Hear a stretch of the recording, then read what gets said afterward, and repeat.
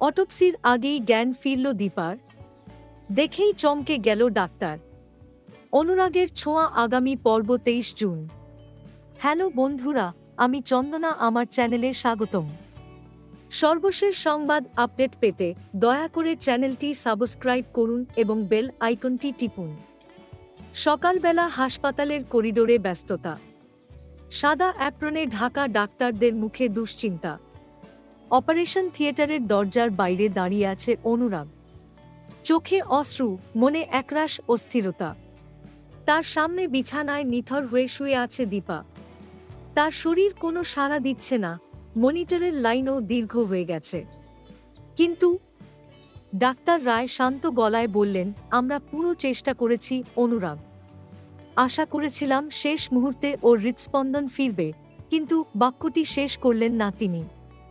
না, আপনি বলেছিলেন ও চোখ খুলবে, কথা বলবে। বলেছিলেন এই স্পেশাল থেরাপিটা ওর শরীরে কাজ করবে। অনুরাগ ভেঙে পড়ল। তবুও নিয়ম মেনে অটোপসির সিদ্ধান্ত নেওয়া হলো। কারণ দীপার মৃত্যুর কারণটা কিছুটা অস্বাভাবিক ছিল। হঠাৎ করে এমন সুস্থ একজন তরুণীর হৃদযন্ত্র কেন থেমে গেল সেটা পরিষ্কার নয়। ডাক্তার স্নেহা চৌধুরী, মেডিকেল বোর্ডের প্রধান, ঠিক করলেন দুপুর 12টায় অটোপসি হবে। কিন্তু ঠিক তার 1 ঘন্টা আগে একটা ঘটনা ঘটে যা সবাইকে বিভ্রান্ত করে। হাসপাতালের জুনিয়র নার্স মীনাক্ষী এসে জানায়, দীপা নড়েছে। ওর আঙুল নড়েছে স্যার। আমি দেখেছি। প্লিজ যাচাই করে দেখুন। ডাক্তাররা ছুটে যান, মনিটর আবার চেক করা হয়। তবে তাতে কোনো নতুন সিগন্যাল আসে না। দীপার শরীর নিথর, চোখ বন্ধ, শ্বাস প্রশ্বাস নেই।